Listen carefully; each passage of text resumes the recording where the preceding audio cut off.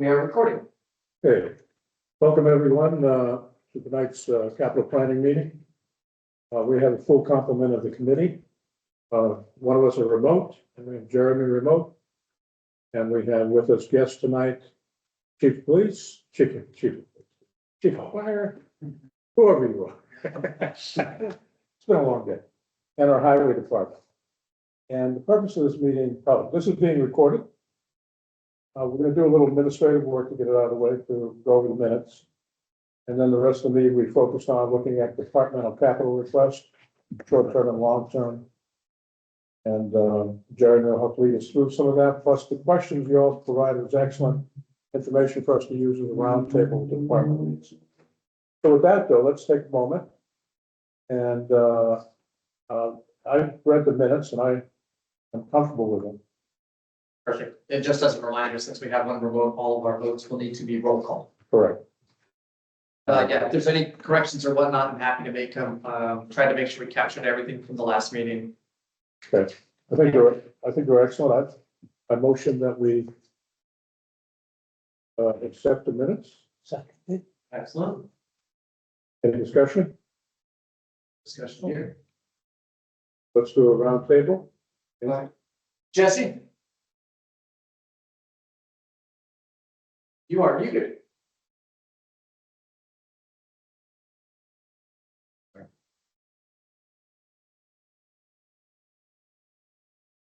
Sorry, how about that? That's okay. Jesse Curley. James Satchai? Bill Sipley, aye. Andy Nicolai. Voted aye. Okay, thank you, everyone. Okay, I think, thanks to the department heads coming in tonight to review their information. And Jeremy, is there any particular order you'd like to step through since you've organized your original list? You want to go with fire or highway, or how do you want to start? Yeah, thanks everyone, and thanks for both of you joining. Phil was on the email, but Parks is not going to be able to join today. Thursdays in July, he has other commitments. I think you may have, Chief might have let you know, or John might have let you know.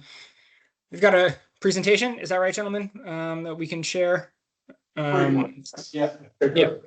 So to talk about, so set the stage a little bit. So we'll talk about some vehicles, some equipment, both of these. Chief Kersey is going to join shortly, so that's why I'm trying to stall to talk from a emergency management perspective what we're going to talk about. But I've been trying to socialize this idea for the last week or so about using the Shell building on Morrison Drive. So right now it's on the same, well, no, it is on the same parcel as the fire station. So it has the same address. It's 8 Morrison Drive. So kind of future development of this would likely, we'd likely subdivide Form A or whatever it is. So we have a distinct parcel. But we have a building there that has potential and not a current identified use. So we've been spending time with staff to go through what that future use could be. And then, so Chief Bangma and Superintendent Dudley are going to talk through kind of their vision for it right now, which is, I just really want to stress, this is kind of our first pass at stuff. It's open for interpretation and feedback and correction and everything. This is not a plan designed to be presented, funded, and criticized as such. This is a working group idea. So my idea is to use their presentation tonight about what to do with that building on Morrison, and then combine that with a library rectory use that we talked about in our tri-board meeting earlier, and then a senior center expansion in place. If we can move some of the programmatic needs from the current senior center program evaluation to this new facility, and use these other 2 facilities as swing space in the process. So this is a longer term project. When we talk about debt exclusion management, this is something that we wouldn't look at until wouldn't look at funding we wouldn't look at financing it until fiscals 2030, 2031. But we need to start somewhere, and that's what the gentlemen here are going to talk about tonight. And then once we go from big picture, we'll drill down a little bit more into their asks for fiscal 27. So we have some actionable things for special town meeting. To that end as well, I talked to select board last night. So special town meeting will be October 27th. We're going to open up the warrant on August 5th, and the warrant will close on October 1st. That'll give us plenty of time to post it by the 13th, but that means everything needs to be in to select board, at least as a placeholder by October 1st from this committee. We will have a sense of what free cash is, but we won't have it actually certified by October 1st, likely by October 1st. But select board will give parameters to this committee to say, you know, you have $500,000 to spend or whatever it is. So that's kind of TBD until accounting works their way through the year-end stuff. That kind of sets the stage for us here tonight. Good time frame. Thank you, Jeremy. That does tee it up.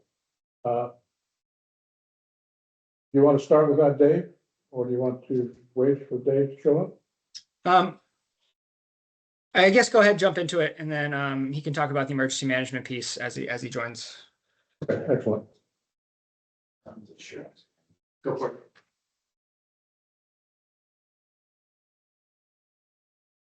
So John came to me with this idea probably a year ago at this point. As you know, we have this shell building. Yep. There's the shell building that starts there. Surprisingly, it's still in fairly good condition. The shell itself is in good condition. But it's getting to the point where we probably need to do something before it's too late. So he brought the idea of flex space, mixed use kind of space to me, and kind of kicked around the idea for the past year, finally getting some traction on it. Some of the potential ideas.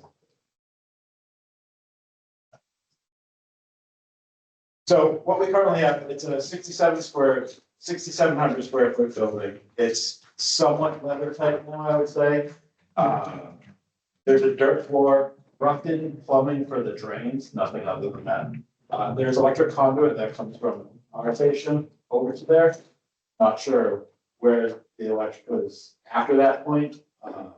There's a partial septic and there is a well. That's what we currently have. So some of the potential uses, administrative offices for highway parks, garage space for workshop for the grounds. They currently utilize the building somewhat as a storage facility for their truck and trailer. The way we're looking at this, potentially up to 2,800 square feet, if not a little bit more, for a meeting space area. It's once you get in there, you realize how big the building actually is. Then there's potential use for bathroom facilities for the recreation land around it with exterior entrance. Possibility for an emergency shelter, which Chief Kersey, I believe, just hopped on, so he can speak on that as well. In addition to that, the cooling and heating center. And then a community space, possible revenue stream if we look into that, but that's all question marks along the way. So there's one more thing to add to that, and that we talked about continuity of operations. Please. To get that. Okay. So the first bullet point on there was the administrative office for John and for highway and parks. If you want to put on that. Yeah, so right now, because we know we're highway grounds and facilities. Grounds doesn't have a home. And facilities is all over the place, right? Sometimes it's here, sometimes it's there. We have a designated office. Have those offices all in one central location with the grounds department there would allow us to be more efficient in what we're getting done with the communication instead of we trying to go to town hall and talk to this person, talk to that person, just with centralize everything. Have you scoped out how much size or how many offices or? Yeah, we'll get to that. I put on my amateur architect hat. That's a scary one. Very, very amateur. If you want to put on this one too. So again, like I just touched on, the grounds does not have a home right now. We're talking things in where we can. This would give them a designated garage and workspace to house their equipment working as needed. So this is what John was just talking about, the flex space for the continuity of operations. This came up at a recent meeting with the emergency management So Chief Percy, chime in if you wanted anyone on this one. It would be adding flex spaces to this area. So if something happened in the town hall, they have to shut down an office, they could relocate certain people that couldn't work remotely, they could relocate them there. There'd be an extra office area so they could continue the town operations.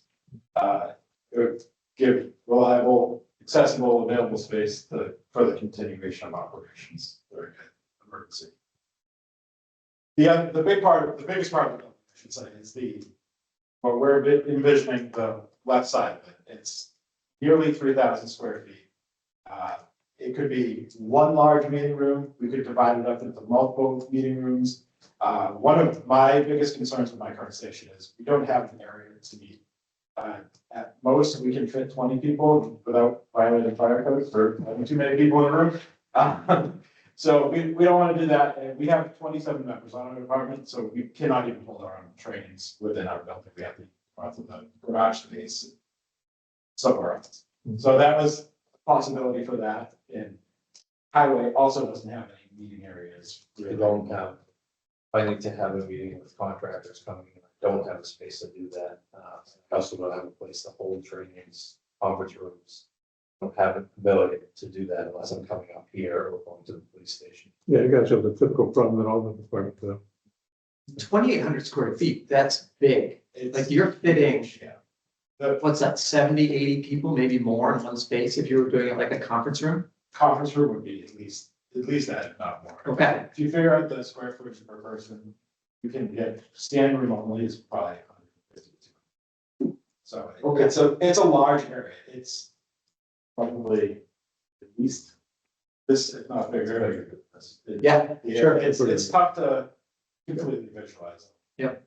I encourage, if we move forward with this, people stop by and take a look at what is there. Bathroom facilities, this was one of John's things that he brought up with the recent acquisition of the patent property. There's going to be recreational use, whether it's passive or whatnot in the future. Having accessible bathroom facilities for people that are utilizing the recreation. We would have an access door in the back where people could come in, use the bathrooms, and continue their recreation. And it would be isolated from the main part of it. So we have public access to that.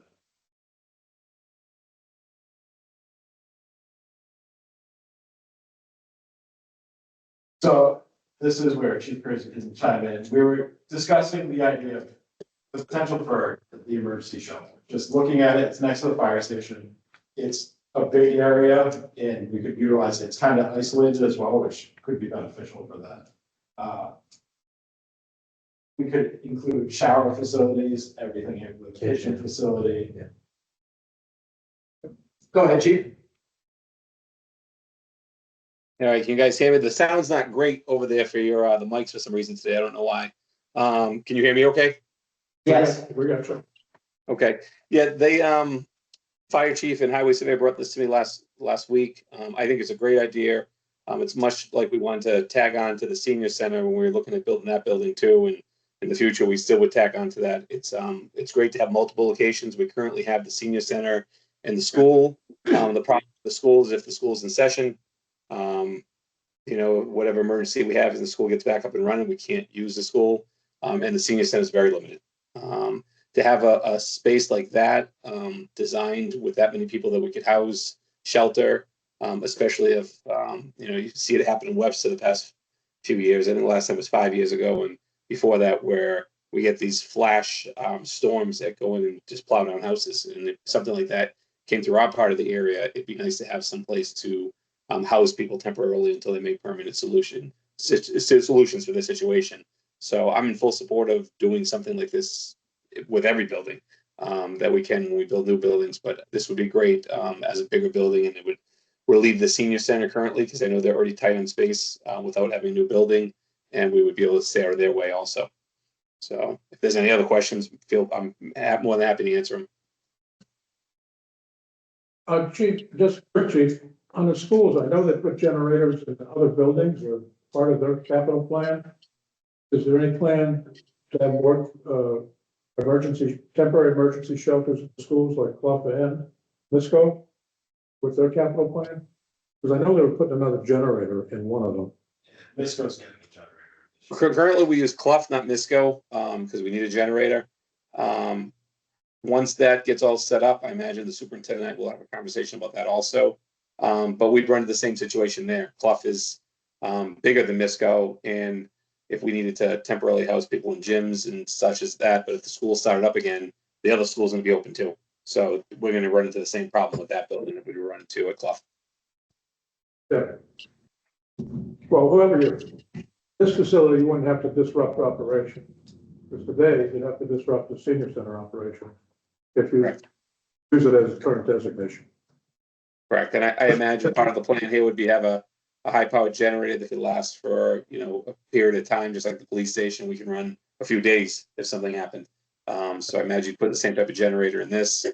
And again, as the chief was saying, it would give you a continuity of operations for other town resources also. If something happened to the police department, someone came in with, some contaminant and we had to evacuate the police station for a day or two until hazmat got there, it would give us an option. If something happened at town hall, it would give them an option. So this is a great backup plan, emergency management wise for all the town departments also.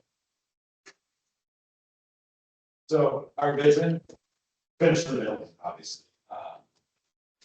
Relocate the highway. John, the executive assistant, facilities, parks. I didn't put the power plants. I was clarifying the title there. So there would be a possibility, again, very amateur there, between 1 to 3 flex office spaces, if not even more.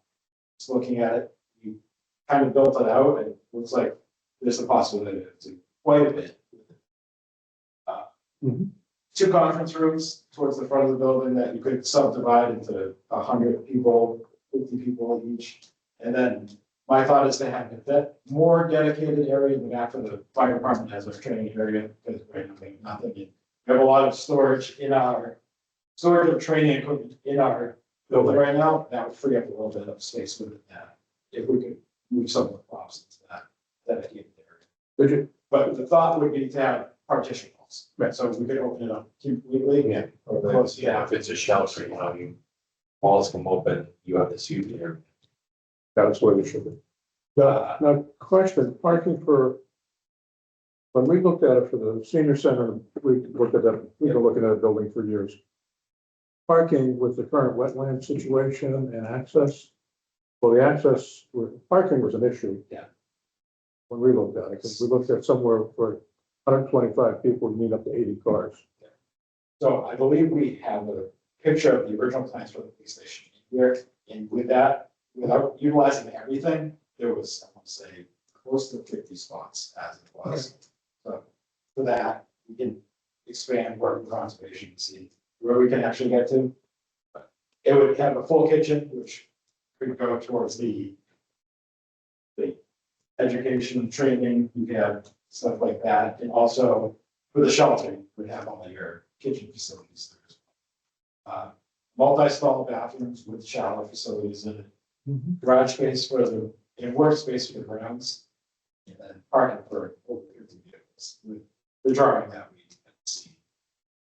So this is my rough drawing, just very, very rough. It would have office spaces towards the front main entrance, and kind of isolate the conference community room type area to the left from that, so we could have access on that side of the building, and then have the office space completely separated from that. There would be windows, so if someone walks in, they could talk to a window. One of the flex spaces, at least one of the flex spaces, could have that, because if the treasury goes down, they need to be on site. So if there's a window, they can interact with the customers from. So this has 6 offices, so it would be 3 flex spaces, 2 big bathrooms. There's an area that I didn't even define as to what it is. There's a chunk of quarters to the right towards the offices from the garage space that we could potentially make even more office space out of. But that's a very rough idea. John's seen this. I don't think anyone else has, so. So a couple of things you've hit on that to me are big, and I know Chief Kursky can chime in on this, but the showers one, anytime we talk about emergency shelters, that's just hard right now. Because we don't have easily accessible showers in locations we want. So having that in one facility alleviates a lot of stress. That's huge. And I've walked through that recently. I was flabbergasted with how good of a condition it's still in. I did not realize how large it was. And like how, to me, it looked like easy access. Like this is something that's already a no-brainer, that's already sitting there to be used for something. But that's pretty impressive. I'll give you props for amateur architecture. That's good. So that is the actual measurements with, I believe it's 12 by 12 office spaces in there. So the building itself is 56 feet deep, and I want to say 180, something like that. So it's fairly big building. The blank slate. You say the right-hand side of that picture is sort of what undefined? So the far right is the garage space that currently exists. That's where we would have the islands. Yeah. With their equipment and have a small workshop. But the next little rectangle in from that was something that I didn't have any space where I built out the offices, and then built out the kitchen and the workshop, and then that was. Yeah, I would suggest you probably have storage needs that would use quite a bit of that, quite frankly. Yeah, and if it ends up being an emergency shelter, we can have an emergency management, a storage area in here as well. It would be up for everyone to use. Yeah, fantastic. Have taken an opportunity to take a look at utilization, how frequent were they? One of the things we did when we studied the senior center is frequency of events and task and training, which really kind of dictates population use and square footage. Because once you can start to get multi-use activities, you get blown out a little bit. This is, well, good design, but I was just wondering if you had a chance to start. This is very beginning stages. Let's start the That's fine. conversation about Yeah. this. Yeah, so this is the- I know we're we have not done Okay. any Okay. looking into numbers or anything like But that. It's, I mean, it's a good conversation because you hear similar themes coming through about multi-use, community space. There's a lot of dominoes that probably need to fall pretty quickly. So if this is the first one, Jeremy, about saying this makes sense to us, then what is the direct impact to other projects? You spoke to it as part of the introduction, I think. I'm not sure how firm those ideas are. Yeah, let me take over screen sharing. Can you see the two things I have up right now?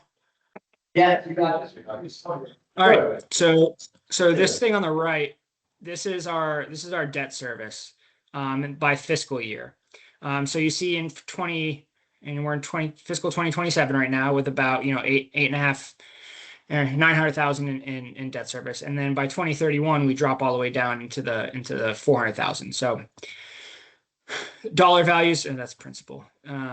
Screen's not big enough, but you can see we really drop down 315,000 by the time we're in 2031.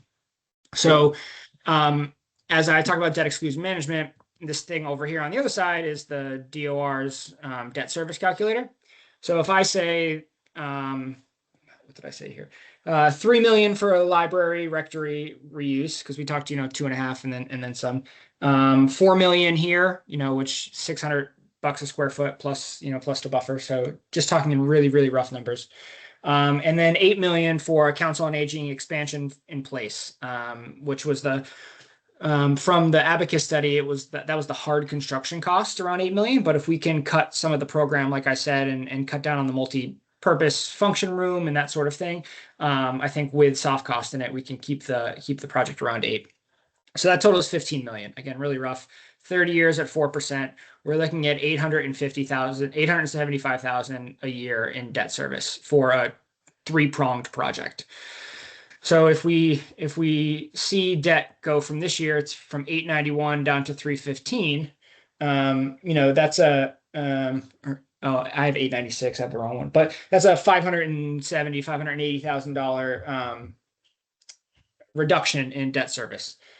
So the difference between debt service here at 875 versus, you know, the 570 in capacity that we're gaining here, that means our debt service total will be about 300,000 higher.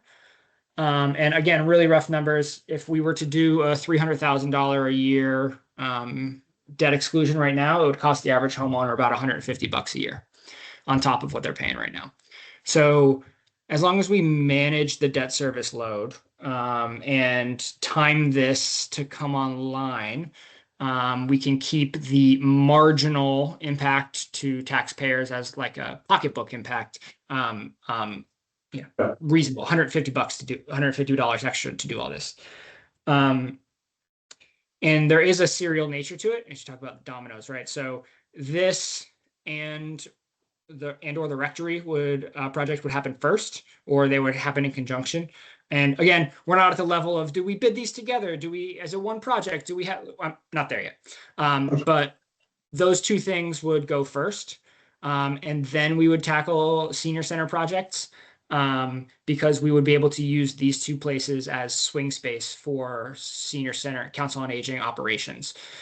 So while their center is disrupted, we can, have programs in the community room once the library space is finished, or once the Morrison Drive space is finished. So that even elongates the tax impact in that, that senior center part of the debt service wouldn't come on until, probably 32 or 33. So yeah, just real quick, you said it again. It sounds like decisions based on the way you're laying, mine was not a financial question in terms of dominoes. Mine was functional. As you talk about what Morrison Drive can provide, there are things other places don't need to provide the same space. We only need one large, so conceptually, I'm all on board.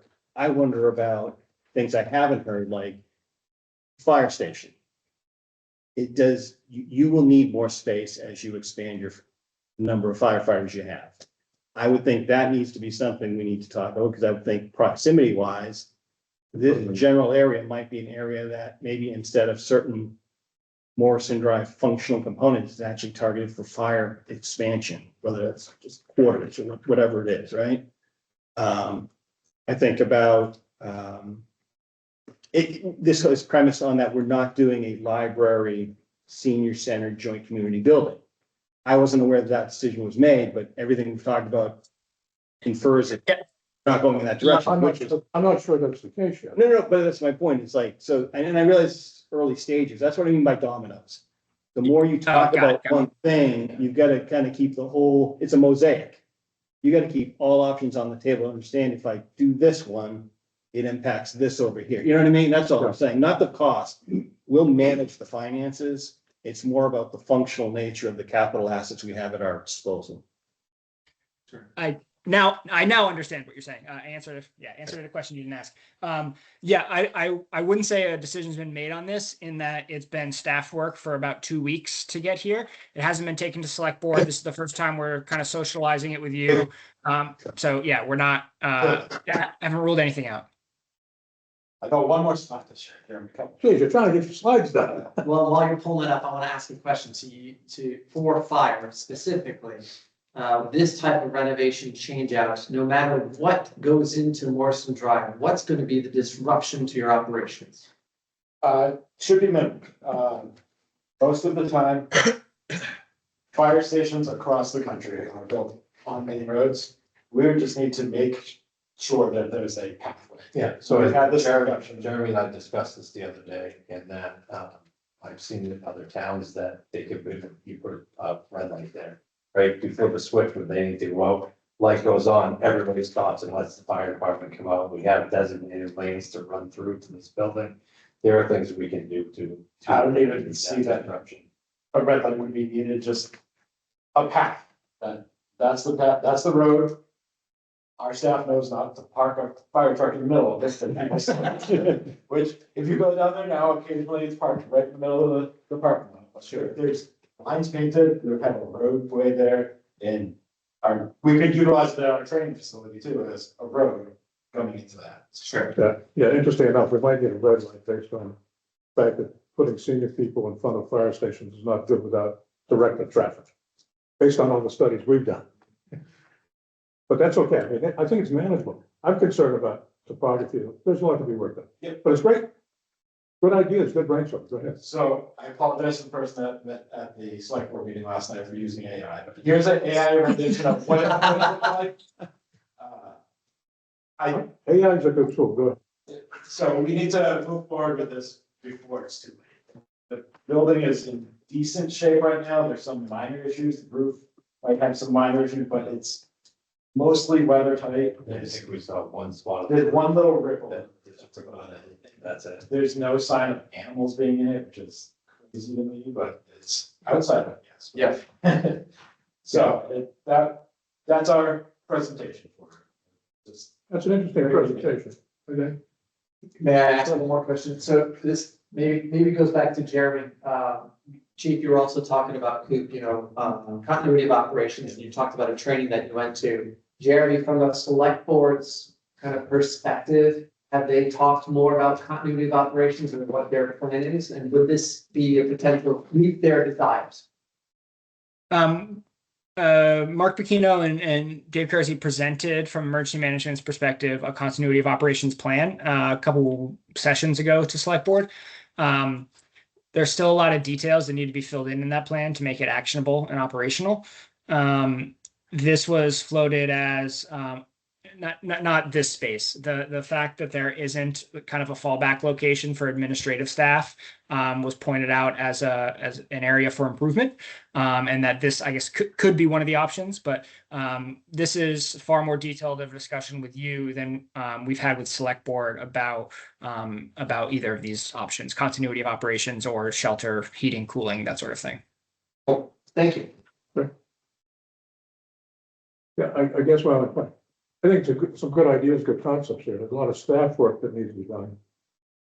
I think, and collective communications to be done before we invest any money into this thing. But there's some legwork that the departments need to do collectively. And, this looks like to me, something we would try to get some cross-departmental groups together for the next 2-3 months and target the May timeframe before we go anywhere to the peak. My opinion. If we try to jam something, consulting fees, which bother me because we spend them, we get nothing out of it because we don't know what we want to do. Sure. So that's a personal problem. So I was flabbergasted with the condition. And I know the original idea when it was first put in was for the police station, and how much was actually done. If you haven't been back there recently, go walk through it, because it is worth it. And actually, I was surprised, and when I walked through it, that it wasn't higher on the list for the senior center relocation than some of the other ones, just because of how much already existed and how large that space already was. But I'm honestly, having this space for something is a no-brainer to me. But James has been. I'm not familiar. What exactly is this building? Somebody fire station. You take a look, like just around the corner. Yeah. Down Providence Road to the So fire with station. access to electrical facilities, broadband, within easy reach, which are all really critical things if you're going to use it as a contingency. Look at that. Yep, absolutely. This is the original. Take me on. Sorry, Chief. I was trying to show him where it was, and That's funny. so yeah, this is Providence. You come back to the fire station, and it's back behind the fire station. There was work done for the Yeah. preparation of when it was destined to be a police station. There is some connection between the two stations. It's up in the air whether the generator was sized for both or not, but it is a very large generator, so there's a possibility of that. Not gonna kick it out there. No, I'm done. Oh, yes. There we go. You can share now. So this was, this was the original plan for the police station. The entrance to from the fire station is up at the top, right, for us here. There's an area where all the parking is designated. Right now, there's a large area just west of it that there's a bunch of vehicles currently there. some storage stuff over there. Jeremy showed us a picture. See those. Yeah, you can see it. But where the line is for the parking on this drawing, it's actually a lot bigger currently. Is this, with this diagram, were wetlands taken into account? I believe so. I have all of the original. That parking in the bottom right-hand corner, like to the bottom left of the building, there's wetlands between the fire station and this building. Correct. It's Yeah. over quite a bit more. You can see the lines. Yeah, and so I got a chance to see the full plan, and it actually did show up a 100-foot buffer line, which was what that original design was based off of. Make sure you don't impinge on that buffer. In the bottom left corner where all the red is, that's the septic. That's partially. And so Chief Kersey and I talked about that the other day, and correct me if I'm wrong, Chief, but you said that it just needs to be covered over, everything is in.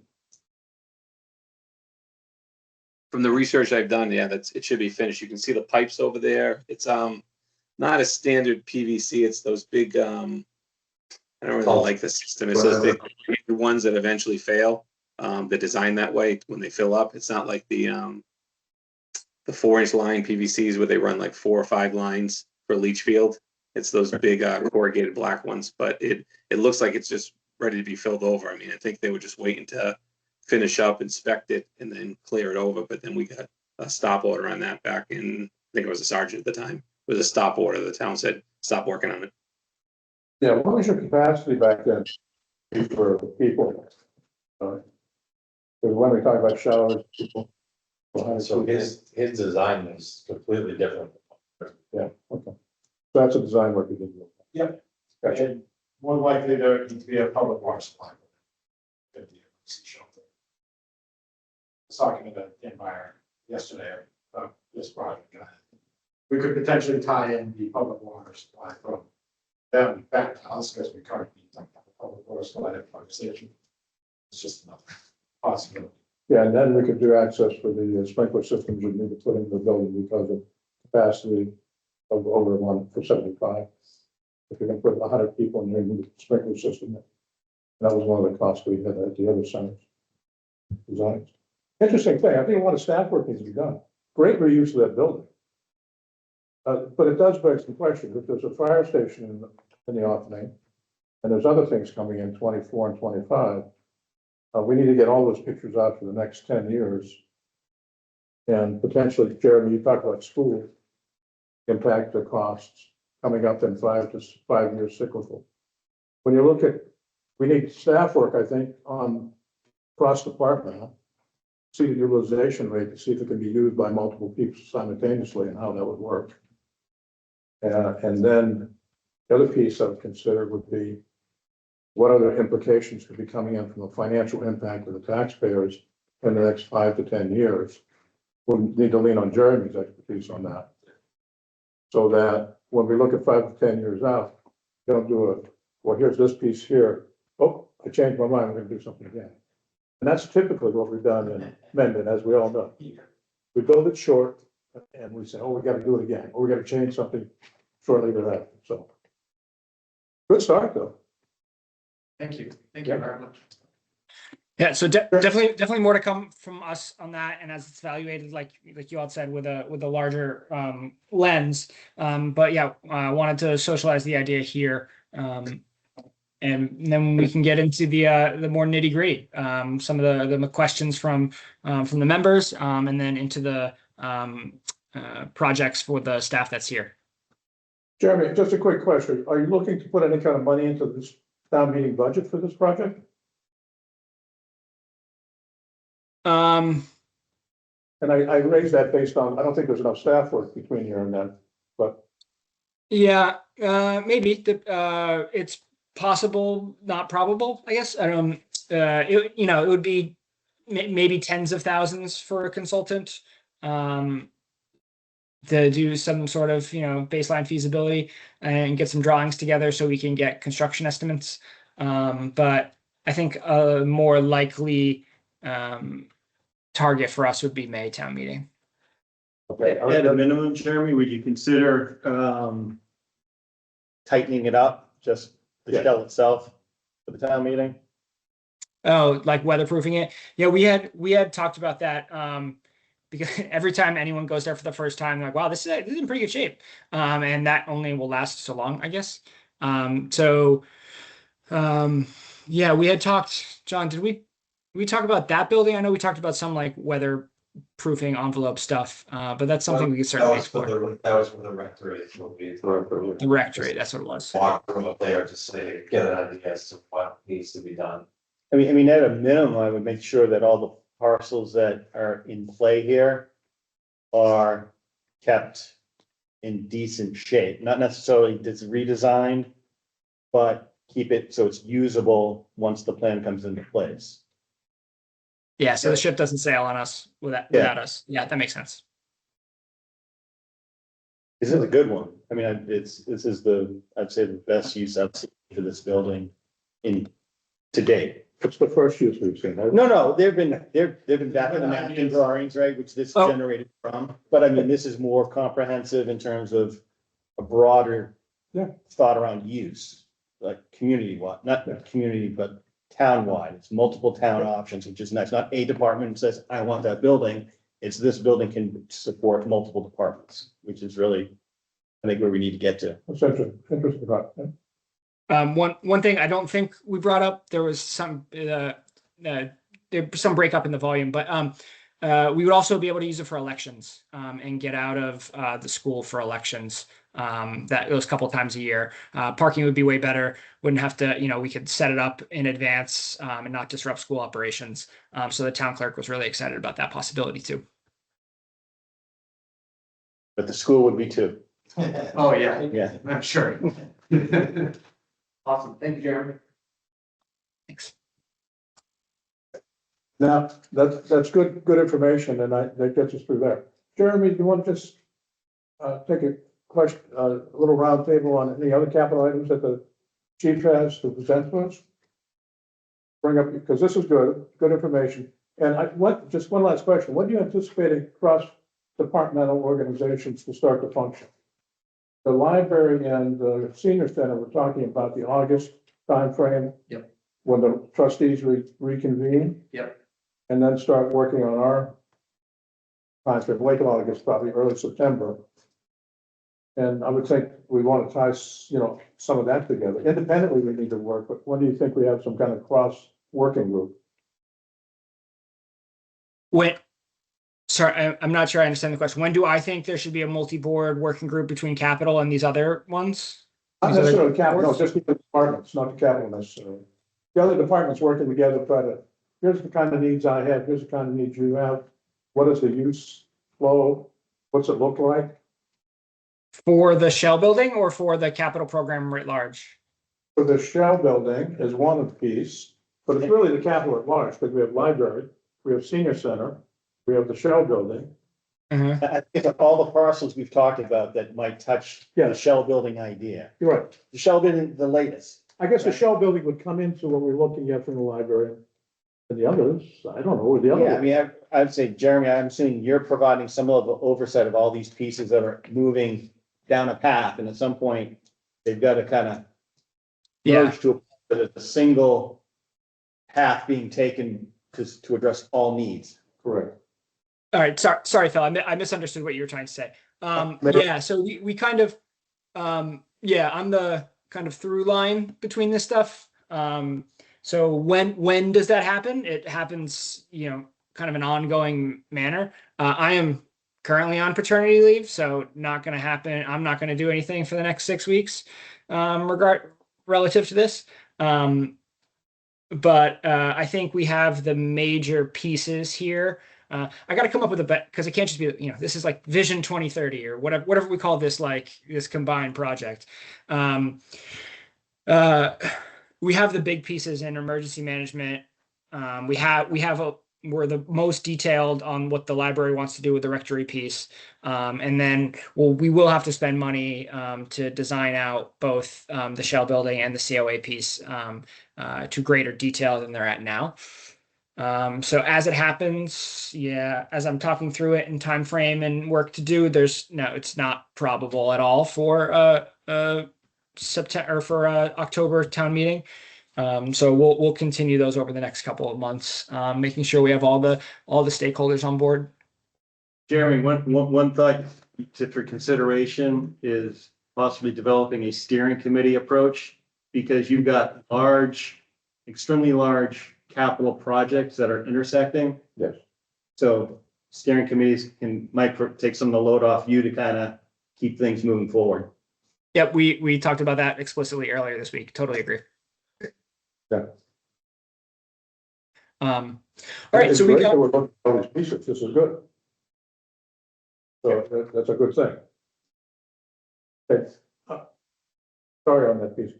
I guess, is there anything else on the chief's here that we want to talk about, just as general stuff? Because there was questions I asked the team to put forward, and I wanted them to, if they had any questions for the chief about the other things we knew about, not this one.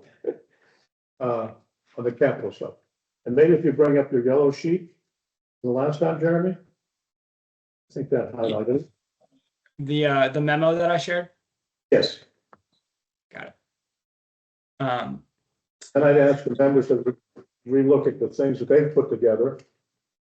And I've provided you with your original input back electronically and hard copy. And let's go through if there's anything we want to talk about the line items for the fire.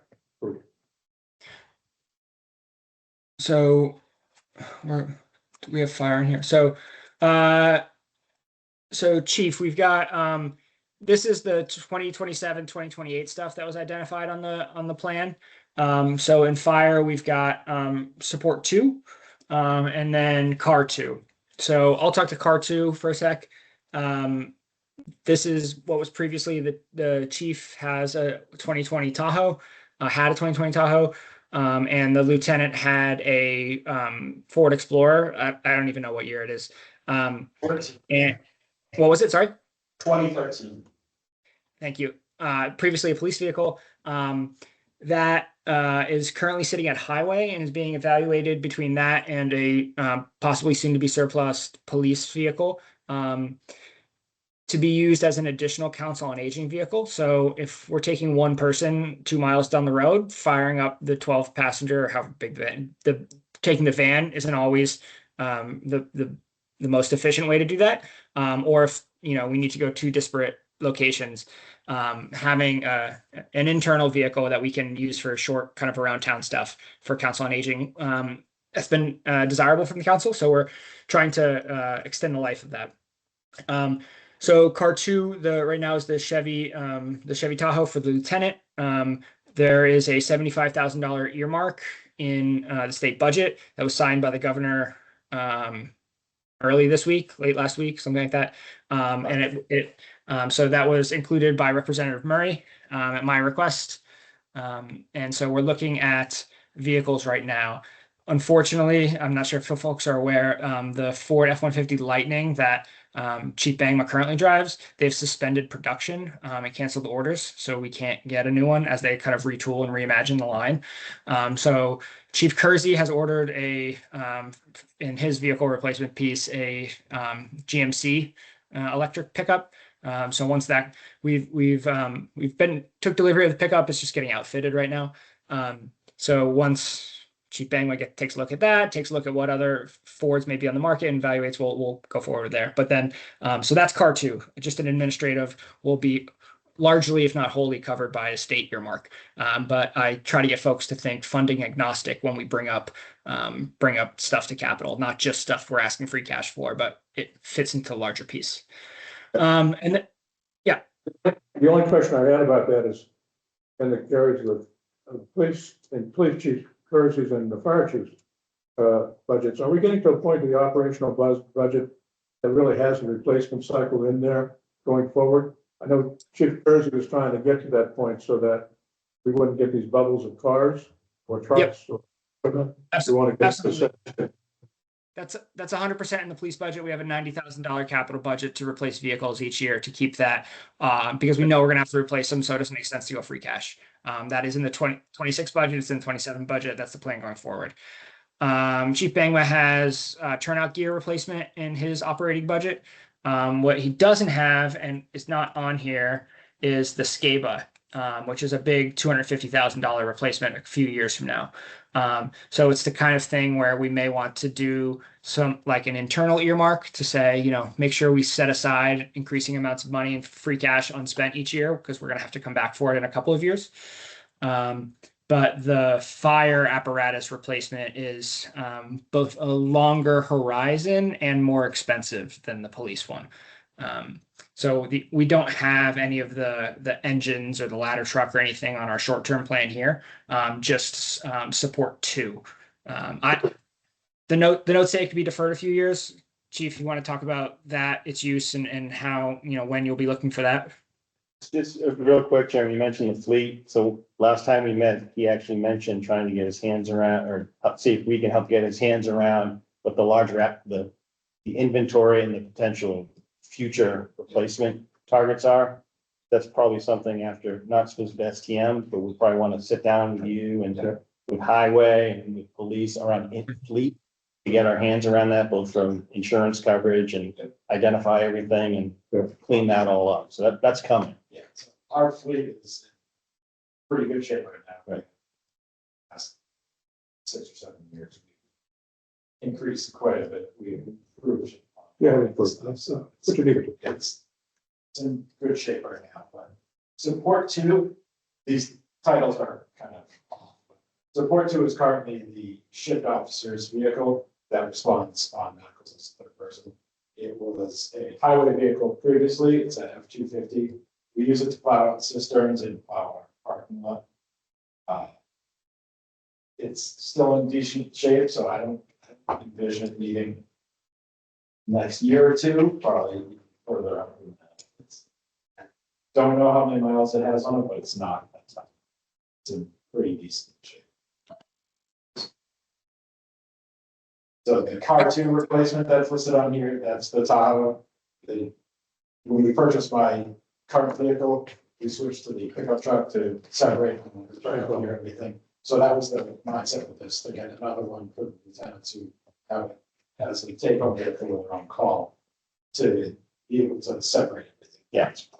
So It's all the same problem. Yeah. my family definitely enjoys not smelling my fire. Tell you that for sure. It's a health and safety issue. So when it comes down to your health and our firefighters' health, we want them on a long time, that those change. So this would be the last SUV that we have, so for us, moving forward, my mindset would be to keep with the pickup truck model. Stay separating our gym. Passenger compartment. Jeremy, I got a quick question. I apologize if this is known information and I just don't know, but it says state earmark for electric. Is there some additional funding that we get for? I'm just not sure what the cost benefit analysis is between going gas and electric. I mean, there's electric guzzlers and gas guzzlers. They both use, the cost isn't really all that great on the electric side, so I'm just wondering what the cost benefit analysis is of the electric. Having the electric vehicle for the past 8 months or so, I was skeptical getting it. It has proven to be a fantastic vehicle for the department. And I don't have the actual number, but we did see a dip in our gas usage from it. I don't know the increase in the electrical, but it's.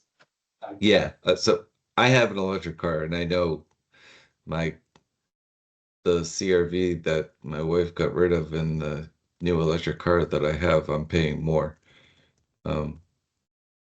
over a month span. I know that. So I'm just wondering why is there a reason why we're so focused on electric vehicles going forward? Is there an estate earmark? Is there some other incentive that we have? I mean, I'm not against it. I have one. I'm curious if we are looking at the data correctly, because it's not really just gas savings. It's significantly increased electric.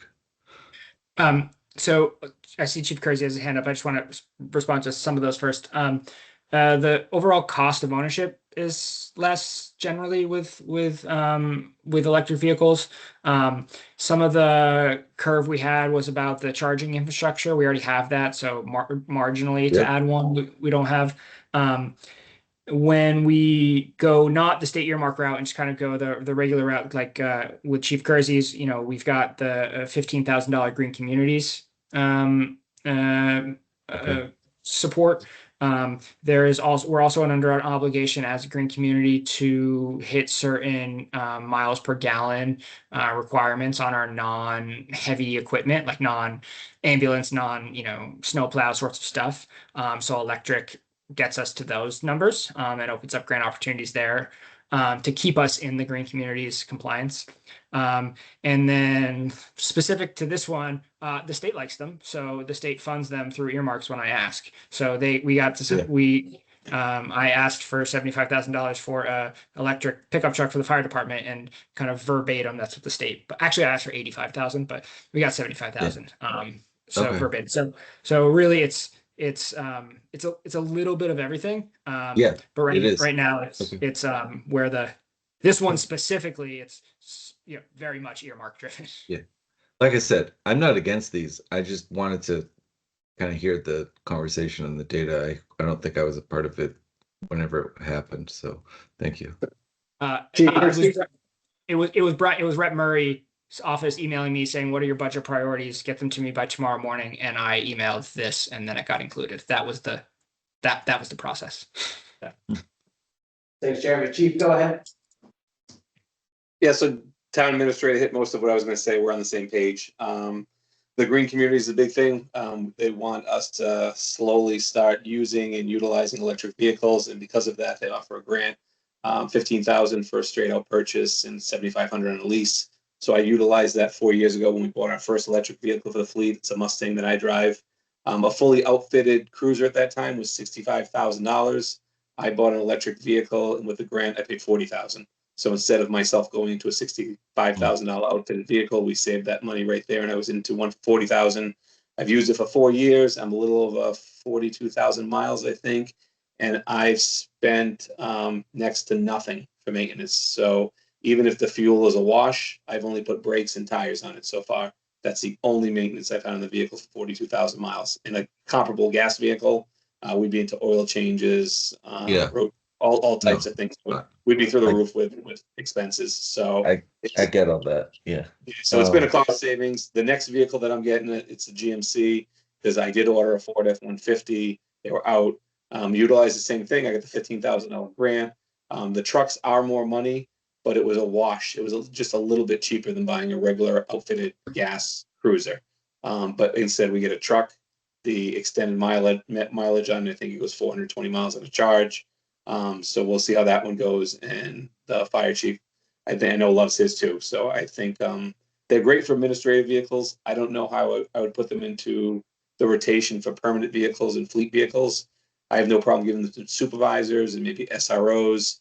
But I'm still hesitant about fleet cars because some of them have 3 officers in them and you have no downtime to charge. So that's my only concern.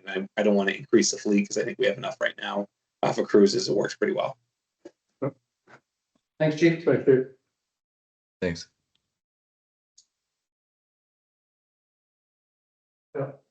Any more in the fire area? Those were the 3.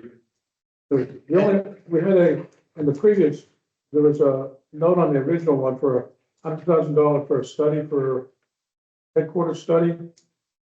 Wasn't that on the spreadsheet, or is that an old piece of information, Jeremy? Yeah, that I had also requested that for the state level earmark. Just in terms of the bandwidth of our current staff and not having a deep finance staff or analyst or capital projects manager, I think trying to do a feasibility on this 3-pronged approach and a fire station at the same time would stretch us a little thin right now. So I'd like to push that out conceptually. Fire station cost, chief, $10 million, $12 million. So we're, Yeah. we're looking beyond that. What I had talked to John about, oh, sorry, Chief, I haven't talked to you about this yet, I don't think, is getting an assessment of the roof at the fire station. And doing, so if we're looking at a, 7-10 year horizon for a fire station, there's a bunch of stuff we need to do first. And the roof being one of them. There's a metal roof over the bays part, and then I think you've got, like a TPO membrane or whatever it is over the admin part. So we're going to look to at least evaluate that, and then possibly come back with a request too, because that's more of a immediate concern.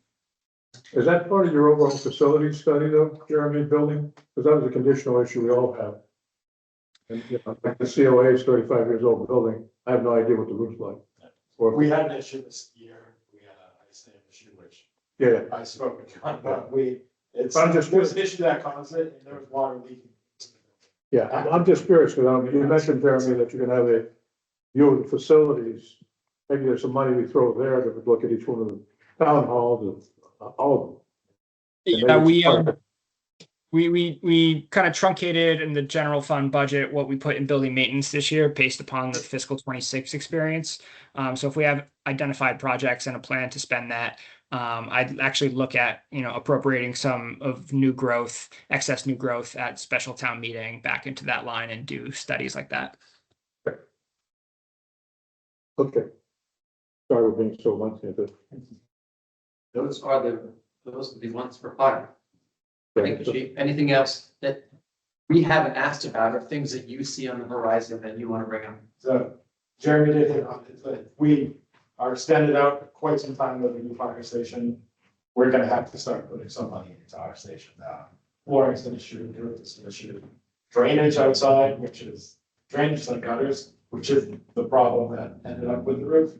It wasn't draining properly, so we're there. So it just, we'll have to look at the building as a whole. So, because it was a metal building built in 2001, so it's starting to show its age. Sure. Put some money into it. Is it a function of the land in general around the fire station that's having trouble draining? I know it's wetlands near it, so is it just a function of where it is that's causing the drainage issues?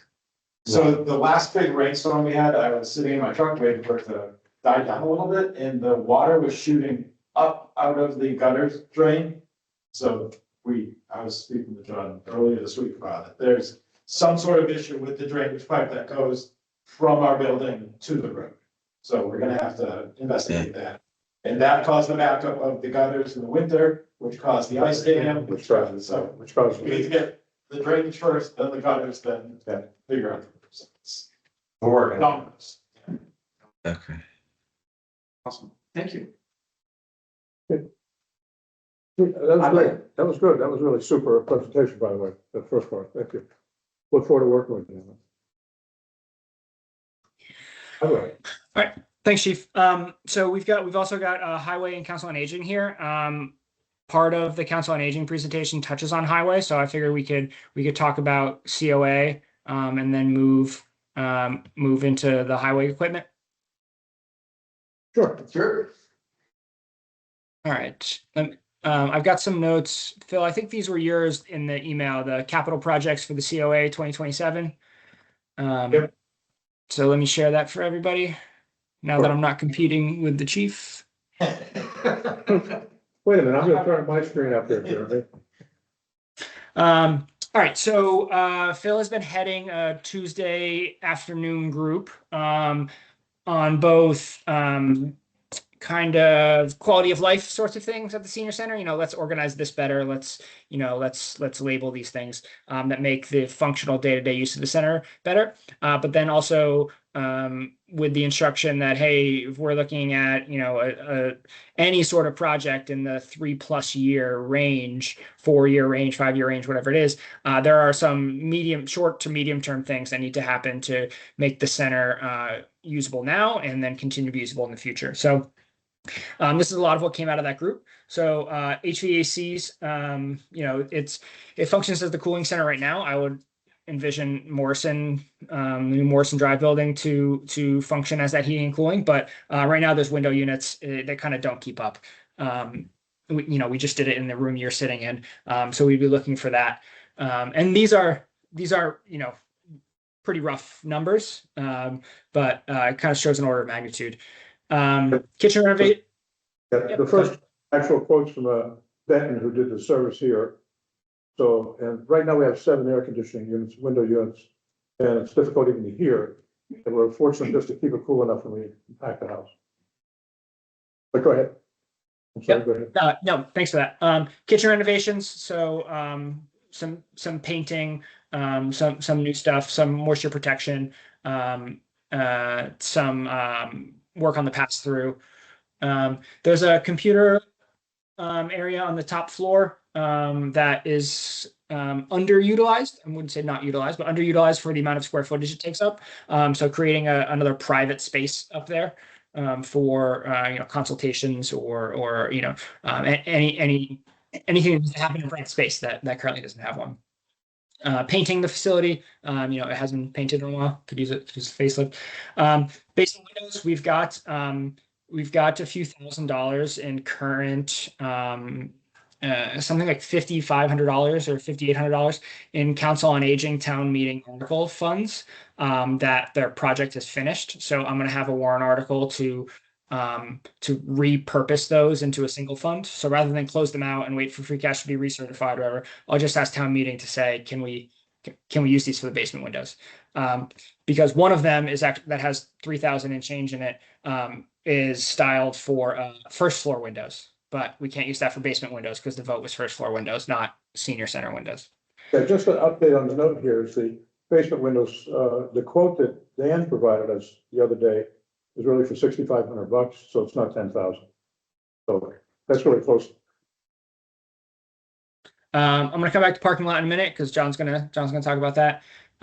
Hardware refresh, like I talked about earlier, I want to do a town-wide one with that. So it's good to note it here to show that we have a need at the senior center, but I wouldn't be looking for that in this eventual article. I would put that in a town-wide hardware refresh to make sure that, we're not replacing a 3-year-old computer at Council on Aging if there's a 9-year-old computer at the library, because we hadn't talked about it together.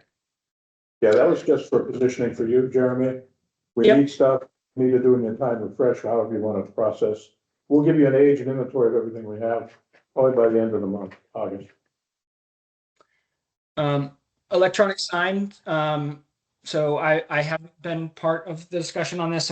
I was, couple months ago, maybe. I know library has talked about it as well.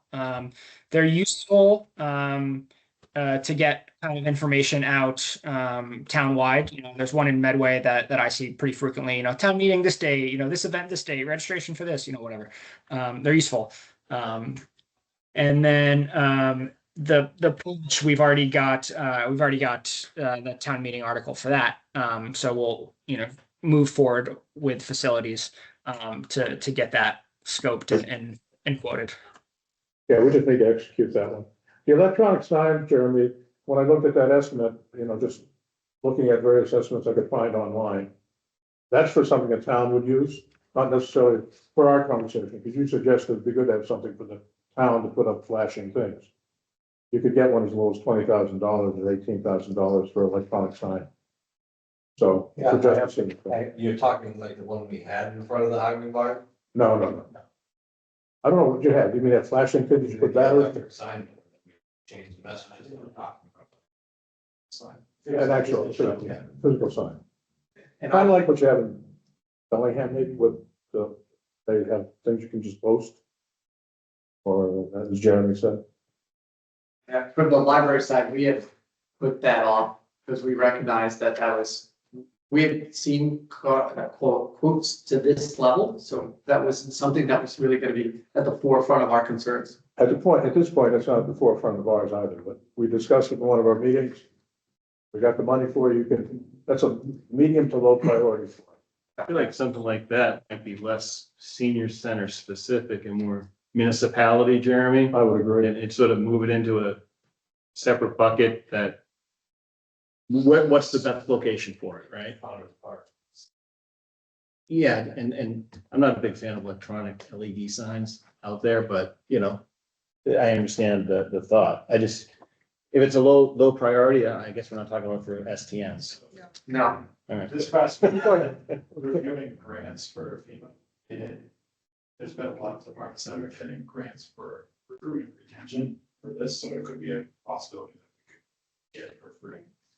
Go ahead. One thing, so that's not on here that's been Please, an yeah. issue recently, well, not even recently. Okay. We need to upgrade our electrical, Oh, it's a keep good, tripping the circuits with the air conditioners, among other things, computers. And honestly, the coffee pot starts to brew, everything shuts down. Our front door, the other day, our electric door would not work. thank you for bringing that up, Amy. Since we did this, Jeremy, we're discovering, we're looking at the circuit box downstairs, there's probably only a handful of circuits. They run the whole building. And now that we're running 7 air conditioners and a coffee pot and 2 water coolers and a kitchen. There's some electrical work and there's plugs where we don't have enough plugs. There's no plugs in areas. So there's electrical work. We'll try to get some more clarity to that and bundle it into To the whole thing first. to Amy's request where she wants to bundle these things. Your request. I had PC classes on. So. Yeah. PC classes, not a plug. Yeah. Good catch though. Thank you, Amy. Sure. And then I'll put this together in like a more kind of refined, presentable way to say, this is the combined senior center request. And pull out some of these things and put in some stuff on electric that we've talked about. But I want to talk about the parking lot. So there's a parcel of land around the senior center, 1 acre of which was purchased with general fund funds to be able to for senior center use directly adjacent to the current parking lot. It's overgrown a bit now. It's not like dense forest or anything like that, but it needs clearing. And then I've talked to Highway. So John, if we can kind of talk about the feasibility, the approach, the timeline, what we have to do or still need to do to get additional parking at the current facility. I mean, if you're talking about that parking lot, we do need to go in and clear it. We usually cut it every year, but there are some larger trees and bushes that need to come out. Do that, and then as we have noted, we have millings that will be coming off of Hartford Ave East, middle of August. Those are great for parking, right? If you use them, put them down with, treat them and then compact them, they harden up like asphalt. I would guess that coming off of Hartford Ave East, there would be plenty to do 1 acre parking lot, but there is the ability to buy some if we need to. We didn't talk about doing the whole 1 acre. Is that correct, Jeremy? Yeah, I guess we probably don't need to make a whole acre non-permeable surfaces. I think we can go a little bit smaller than that. 1 acre is the extent of the piece dedicated to the senior center, but yes, some subset of that. Like if we could cover 3/4 of an acre or 6/10 of an acre with the millings that we have and get 20 parking spots in there, then I think that's what we would do rather than try to expand it. John, how much of this can you do in-house? So if we have the materials, is this something that your crew can, compact and treat, or are we bringing in outside vendors to do this? What's the deal? Do we have the capability to do it? Yes. Is it gonna take us a while to do it? Yes. I mean, it depends on how quick we want this done. It's not a small task to clear this area out and then put in the milling, so we're capable of it, but it's gonna be a long process. What doesn't get done if you're doing that? Everything. Yeah, that'd be sort of, I would expect you to be asked that question, so kind of. But right now, we're mowing, we're trying to catch up with sweeping, we're clearing catch basins, and we're dedicating a group for that. Jeremy, the one consideration, Jeremy, when I see that is whatever's done here, I would assume it's being done with an eye towards the future, so that you've seen renderings where refurbish in place for the senior center has expanded parking. This could be that parking. Yes, exactly. Well, John, hypothetically, if you had this in your queue, would it be this year, next year, 10 years? Could be this late summer, fall, we could start clearing this out. Or could be this fiscal year? potential. No, this fiscal year, absolutely. This Oh, sure. calendar year, it's definitely possible. Just because of ignorance, I'm gonna ask a couple of questions. Is there a lifespan of the millings? Like, do we have to use them a certain period of time? Or is this something that we're like, once we've got it, we could, if it doesn't make sense to do some of the work during the winter, we can push it to the spring, would it still be okay? So you're saying to put the millings down, the lifespan. Can milling sit until Can the they sit spring? in storage? And Oh, then- yes. Yeah, All absolutely. right. Awesome, that was it, right? Because I didn't know there was a lifespan. Millings is essentially when you go into a road, you take the top 2 inches of asphalt off. That's it. So That's right. it's asphalt. Sure. It's not gonna, nothing's gonna happen to it. It won't go anywhere. John, what would it cost to do something like this if you went third party? Because, well, with all the other work you've got to do, you should at least have a feel I for mean, that. I can find out. Might be worthwhile to find out this way, rather than just keep pushing stuff at you. You can weigh the cost versus your staff trying to get it done. I mean, maybe you do part of it like clearing. Or maybe somebody else contracts for clearing, and just, you know what I mean? But I think, I agree, it's an exercise we should always do. Yeah. So to Jesse's earlier point, Make bucks. what's the cost benefit of doing it internally or contracting? That should be a standard, come to the table with your proposal idea. But to do this, though, we need to get a handle on this, Jeremy, to get it into this town meeting, correct? That's why I asked the internal capacity. So if it's a, contractor bring it in, there's a cost to it. If there's us to do it, a lot lower cost, because the labor's already baked into the budget. It's just time frame. So that's something John and I guess need to pursue a little bit more. But knowing that it's a fiscal 27, project, I think is helpful for everybody. So yeah, John, I guess what's the additive cost? It's not necessarily even dollar value, but just what would still need to be purchased if we do this project in-house? Nothing. Wow, Except lighting, I would think. Put lighting, if you wanna put lighting in there, but you can clear it, dispose of the materials, and then There's an opportunity cost you should include. I mean, the cost of your team doing it, that's human labor you should pull. it's just the labor for us to do it would be the cost. I mean, if we're Yeah. having, it's just the time and the labor. Yep, totally understand the opportunity cost of it. But in terms of like needing to go to town meeting for an appropriation like that, we wouldn't if we do it internally. And then we have to pay for striping. Do you have the capability to stripe it? We have a paint machine that we've been starting. And then with what is there any conservation commission tie in here in terms of like setbacks and how much we're covering, making them permeable, or is that kind of still, we need to talk with them? So that will be, I will talk with our foreman who will lead this project as far as the on the ground work. And I will talk to conservation and see where we're at with it. Okay, great. That's probably one of the biggest safety issues we have, I feel, when Yes. people cross the street. Jeremy, just you'd mentioned you're gonna consolidate this into a senior center ask, but I mean, some of this stuff like the fresh coat of paint, I think that's more just straight operational facilities. Yeah. If it's in the budget, you'd get it. That doesn't need to be, that could be pulled out, right? The window, things like that. Yeah, I would think Yeah, that would. Yeah, so as I'm looking at this, thinking about this now, the mini splits, drill down on the reno and see if the kitchen reno, if that can be pulled out or done in piecemeal or done through operations. This second space, I want to flesh that idea out a little bit more and make sure we know what we're asking for and what for. But that would be included. So it would be the HVAC in the second space. And then the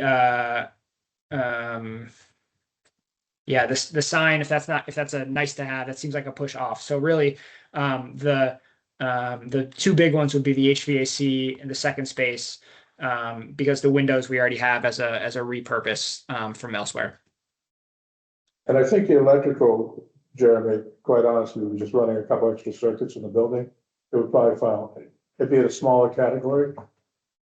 Below the HVAC. It'd be more like. Yeah, a that's- maintenance. It'd be like a. Okay. We also have the building maintenance line item this year for the first time. It wouldn't be enough to cover all that, but. Yeah. No, I mean, the electrical, you need to add circuits. That's something that could be covered within building maintenance. I would think. And that's affecting your operations, whether you have all these innovations or not, so that is something that I'm gonna, I already have a note here too. An electrician. Coffee pot, you know? Don't screw the coffee pot. Okay, so just the two big ticket items you envision to go to town. For the kitchen and for the HVAC. Yeah, and then include the electrical in there as well. You wanna wave? Hi there. Yeah, once she heard me in here, she is not gonna go to sleep by herself. She's in here now. Yeah, so I'll put those two big ones together and then figure out electrical, on the magnitude of that. It may be that the HVAC necessitates sub panel anyway, and that you may be able to tie those together. Sure. Yeah, they talk about two lines, but 30 amp or 20 amp. I am way out of my depth talking about that stuff. So yeah, I'll have to. 220, Um, 221, whatever it takes. Whatever, bunch of ones. Okay, and who was, but that'll be in you and John's hands? We get to- Yeah, let me know when you schedule what you want to schedule your next meeting for. And we'll get something together. And you can take some votes to prioritize some stuff too, not just the folks talking here tonight. And we'll be able to get Parks there too, so you can talk with the Parks piece that we didn't get to tonight. And then if we're looking into September, I will have a better sense of free cash from accounting at that point. So I'll be able to get some direction from select board. The consensus, not a vote, the consensus from select board was that an initial priority of free cash would be repaying stabilization for what was used to budget the fiscal 27 budget. So that's going to be kind of taken off the top, so to speak, before you get your ability to do stuff. That makes sense. Proving, but Excellent. Does Well, that, it's just the stabilization thing, Jeremy, does that pay it back, or are you using it to, land softly in the budget? Depends the level of free cash we have, and it would be. I think I would probably take the chart that we talked about initially, where we have the ramp down of stabilization use Right. in year 2 and no payback, and try to split that with free cash. So do a little bit of stabilization payback this fall, and then instead of using stabilization in the spring, use leftover free cash we have as the soft landing. So we were splitting the baby to begin with. I and now can't we're let that doing the go, same I'm thing. sorry. Cheers. I think it's time to spend some quality time there, Jeremy. And then if you want to talk with John about some of the highway stuff that we have on here, the grounds truck, that's with the going from 2-wheel drive to 4-wheel drive. The milling head for the trackless, that's we're looking at chapter 90 for that. And then is that the last highway that we have on here? I gotta add. Yeah. I have something to add to. No. yes. It's not on there. This is kind of a new thing to Mendon, but I'm looking at a brine spraying system. As you see, a lot of times they're going to that for snow and ice treatment. You see these white lines coming down the road. It would, But my car run fast? your car run faster. Right. No, actually, it's less of an impact on the environment and vehicles to use this method. And if we were to switch to this method completely and no longer use granular salt, we would cut our salt consumption by at least 50%. What's the break even? For the cost of getting into this new system? So if we were to, we have a truck right now that we are looking to use from fire. It's the old brush truck. So Government surplus truck. Government surplus truck, wants to get a skid unit and put it to the back of this upfront cost right now to put that unit is between $25,000 and $30,000. What, I'm just gonna throw it out there, because I would do the same thing. If I had a capability, and then the capability goes away and breaks, what would it take to replace that? 3 years, 5 years, because it's a surplus truck. Yeah, what's, you know, I mean, you know, So I know what you mean. You know what? And so we have other trucks that we have the capability of putting this unit. this year's can go. It comes forks ready, forklifts ready, so you can take it from this truck and rush into another truck. I was envisioning full contraption. It is a whole truck. But I mean, It's a a whole 1,000-gallon tank with a spray bar on the back and controls on the back, but it is all something that comes out of the truck. It can be stored if needed to. This truck would be specifically for that. That would be all we would use it for. Does that Bill. use that? It could This go is into not- the new truck that you already have on the list. So, I mean, finding a replacement wouldn't be difficult, Phil. I mean, we already have in the budget, well, we already have in the request, a new 4-wheel drive to replace the old 2-wheel drive that they have. So we could actually have another plow in the winter and actually use that truck in the winter instead of just in the summer. With this tank in there. Tank wouldn't fit. This tank's too big. This tank would be too big. It's It would have to go in a 1,000-gallon dump tank. truck or something It larger. would have to go in a dump truck. And just for the group, we budget about $104,000 for salt each year. And this past winter, we spent over 200,000. So even if we eat into that, even by a quarter, this is a pretty quick payback. From an infrastructure perspective, would we need other forms of tank to store tanks on your So we property? have a tank down there right now. And this is all trying to figure out if this tank will work, because it's been sitting there for a while. We need to make sure that it doesn't have any leaks or old materials. And then we could buy our product from the local distributor. And it would still be way cheaper than what we're paying for salt to treat these roads. And we could store, Locally stored. we could store, we have them deliver 4,000 gallons, and then we have the ability to load the truck from our tank. Sure. Yep. Okay. Sounds like it makes sense. Is it easy enough to just do the numbers and see what you'd save in salt? I mean, between water and salt? Depends on the type of winter we have, I guess. No, I mean, in an average, of course it Yeah. does. I mean, that's not helpful. Yeah, in an average winter, the difference between what the cost is. Yeah, I can do those numbers. That'd be awesome. That'd be fantastic. I mean, the differential shouldn't change regardless if it's a heavy load or a light winter. It's still, you've got a cost differential between the two Yeah. And I methods. Yeah, would, I would that's what I say, mean. I would say that you're also gonna see savings in overtime for. But because the way this works, the way it was explained to me when I first heard about it, and it makes perfect sense. When you go in the ocean, you come out, you've got salt water and it sticks to you, right? And then to get it off, you have to take a shower and it gets activated and it rinses off. It's the same thing. You could put this stuff on the road 2 days beforehand if there's no weather expected between then and when the storm's coming in. And now you're not calling guys in to treat the roads. It's not the overtime. You can do it on regular shift. I would say the other thing to do is, other municipalities that use this method, use them as case studies to support the benefit. It's not just a cost thing, it's a safety thing, right? So if you It demonstrate, works faster. works faster, better, does it last as long? I don't know. But I mean, I would emphasize the safety or the efficiency. It's a better solution for keeping the roads clear. I would focus on that. I think the financial aspects probably pretty straightforward when you get there, but I don't exclude that. Yeah, I'm just guessing the difference is going to be about the cost of the tank. So and if not, it's probably like a 1.5 year payback, maybe max. Right. Anything less than a 3 year payback is worth doing.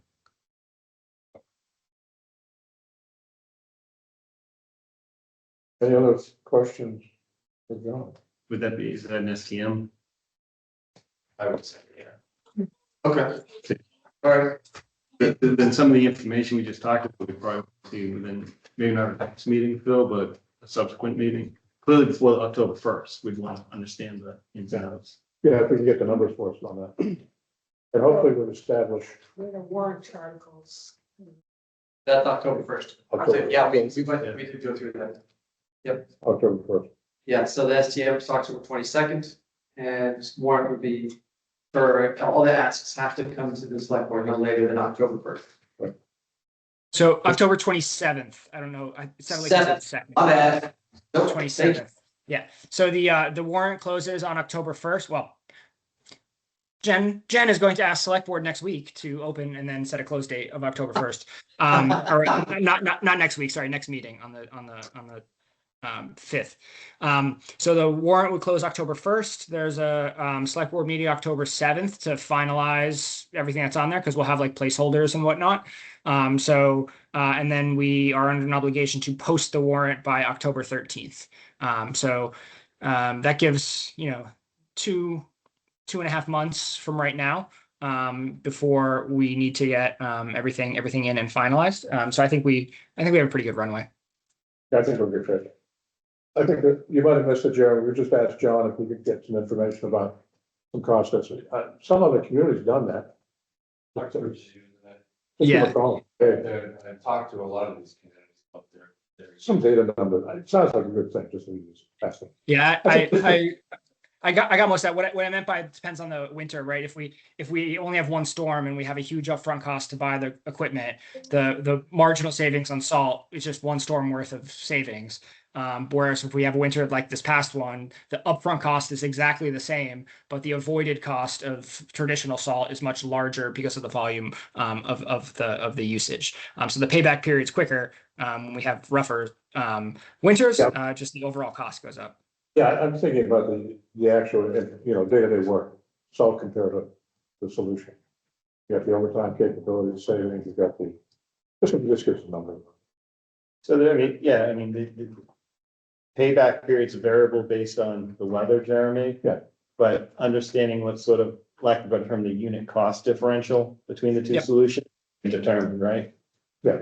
Okay. Yeah, and then we could look at the last 5 years and say we average spending 120,000 a year. So whatever. Yeah. Yep. It also never hurts to look at it from environmental impacts. So we know we're putting a bunch of salt out there in granular form. That's often getting out into other runoff and other waterways. Is this actually keeping it more defined to where it is? So Yes. that can help a lot of other discussions. This is way more. That's a People would be happy with their cars, not getting all of it. absolutely. I think it's a neat idea. Can you say the name one more time of the system? The salt brine sprayer. Salt brine. They're a different name for it. Okay. Did we ever try this with Alan? He sprayed No, so Alan had. he had a spray, some sort of spray, right? So we buy treated salt right now. It's rock salt and it's treated with an additive to make it work at a lower temperature. Alan used to buy just straight rock salt and then he would treat his own salt with that additive. That's what the tank is that we still have down there. He used to have, he would spray the salt as it came in. Like we're 6-member department now, and that's devoting 2 guys all day just to spray salt as it comes in. This winter, we're going all winter long spraying salt. So we buy it treated now. This would definitely cut down how much we're using granular salt. It's a great way to bring forward. Makes a lot of sense. Okay, because I'm looking at the clock, so we're going a bit longer than Mike did. We've gotten good input on some of these things. We need to really just look at them and say, here's some priorities. So we probably need to meet one more time before Jeremy comes back. I would think Yeah. sometime in August. Yeah, absolutely. And then I would suggest that after Jeremy goes back, we solve this mystery puzzle of all these the town projects. Horsey Drive, multi-use, multidiscipline, the library, COA. We need to get interdepartment activities going, realizing we need to do it now if we want to do it for May. So we need to really start to do that. And Chief and anybody else working on that side, just on the rigors that you need to do is look at utilization. What's it going to be used in frequency? You know, if you're gonna do training classes, 10 training classes a year, 2 training classes, 20, 30, whatever it may That's be. the department. Okay, yeah, so those, I mean, yeah, 24 accidents. Yeah. yeah, well, that's my point. As long as you know the utilization, then we can look at the loading. And when we did the things at the senior center, we looked at square footage, and realizing we're single threaded in most cases now. Do multi-threaded capabilities to expand the use of the programs or the capability, right, services. Square footage sometimes blows up on you. So that's all I ask. And I there's some good stuff. So as you guys do your brainstorming, think about that.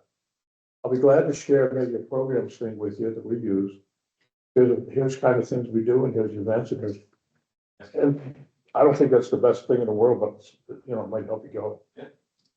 That might be one of those cross-departmental thing, when you get to cross-departmental thinking, is for that larger space. What I'm hearing is not just fire training, but it's potentially much broader community use. Yeah. Right. Whereas, 100, yes, we're not talking just town. Right. The town government, we're talking community organization. Well, and Jeremy mentioned like, one space that has a kitchen with 100-person capacity. The town probably only needs one of those, right? So every department that might have any sort of gathering might be something you want to get input from. And we'd be down there probably every other week. Good, Okay, that's fantastic. because That's why what I heard is this fire was needs it basic. 12 times a year, there's 365, what? 24. 24. Work with me here. It still sounds like there's excess capacity for once a week, right? But yeah, but anyway, let's all do our due diligence. One quick question on the truck, just, I had some questions more about, cost differentials and stuff. So when you're thinking, I understand that, you know, the plow versus the Parks truck and the greater functionality. But if you could look at like the cost differential between the two versions of the trucks, usage of the truck, are you gonna get any life expectancy, increase out of your larger plows by getting a smaller truck with a, you know what I mean? Understanding the usage and the benefit, Yeah. I think would be important to understand. Not that I wouldn't necessarily say we do it, but I think that's good information. to have You're back talking on. the ground truck. Yeah, and you're saying we'll get a different type of truck to put a plow in the front, more of a heavy duty truck. Yes, No, no. it's just a pickup truck, but right now, the current pickup that we have is a crew cab with rear wheel drive, no four-wheel drive, has no plow on it. Is it the same cost? Or you're getting a larger pickup We would truck? not, we get a single cab pickup truck with a plow on it. 'Cause we Is now it the have- same cost? We're gonna be less. Okay, there's a cost benefit in your favor, John. I have not priced out a truck yet, but. Yeah, no, but I'm just saying, when you're doing something like this, I'm looking at going, well, there's a cost differential, but then you're also gaining some benefit, I'm guessing. Because this truck's gonna allow you to plow things that you either can't get to, or you've got excess drivers and not enough trucks, therefore you're utilizing your workforce better, more efficiently. So that's all. There's some questions there that I think would be good to understand. You know, I guess the other piece going back to Jordan and that truck thing is that we pop up every now and then buy lease decisions of what should we do in mileage wise. But that's something I think the town's gonna need to look at fleet. Yeah, I'm gonna kick that to the financial team saying, hey, what's the Yeah. best way to get all this equipment, Jeremy? Good luck. Yeah, buy lease. Rent, steal, We never condone stealing. I agree. Borrow. Yeah, the cheapest way is to keep getting earmarks for it. There you go. You keep getting the earmarks, Jeremy, there we go. And the dump truck, just that, how, you know, the other things as you go forward in the request, the things that I have in my notes prior to the meeting would be utilization, how many miles you put onto it, how often is it used, is it daily, is it weekly, is it?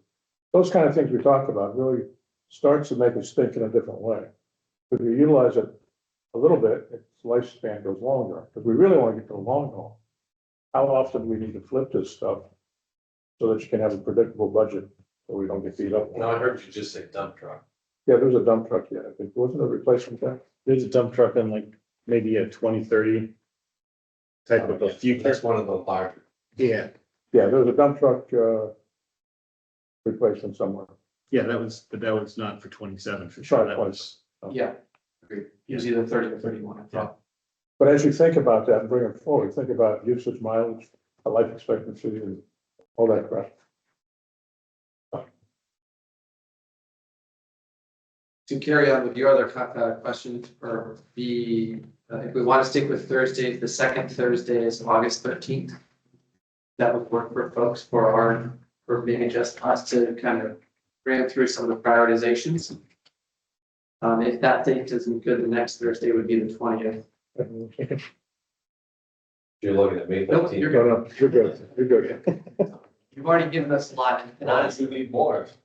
true, but not for that meeting. That's more gonna be, I think, for us to yell at each other. Yeah. August 13th works for me. August Actually, that's a good one. Okay. What was that, mate? August 13th.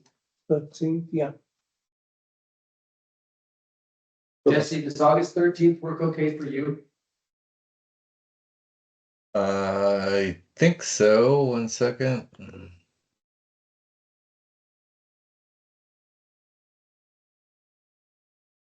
Yeah, I'm gonna be gone, just so you know. I'm gonna be gone the 16th to the 26th. Other than that, I'm good in August. Okay, cool. Thank you, sir. Thank you. The next one will be sometime September. Yeah. In January. Yeah. Okay, Perfect. I think that's it for tonight.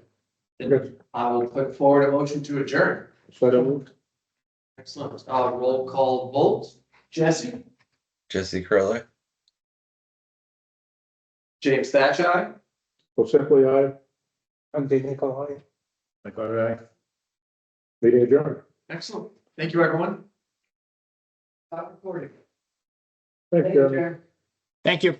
Hey, have a good time off. That changes. That- right? Thanks.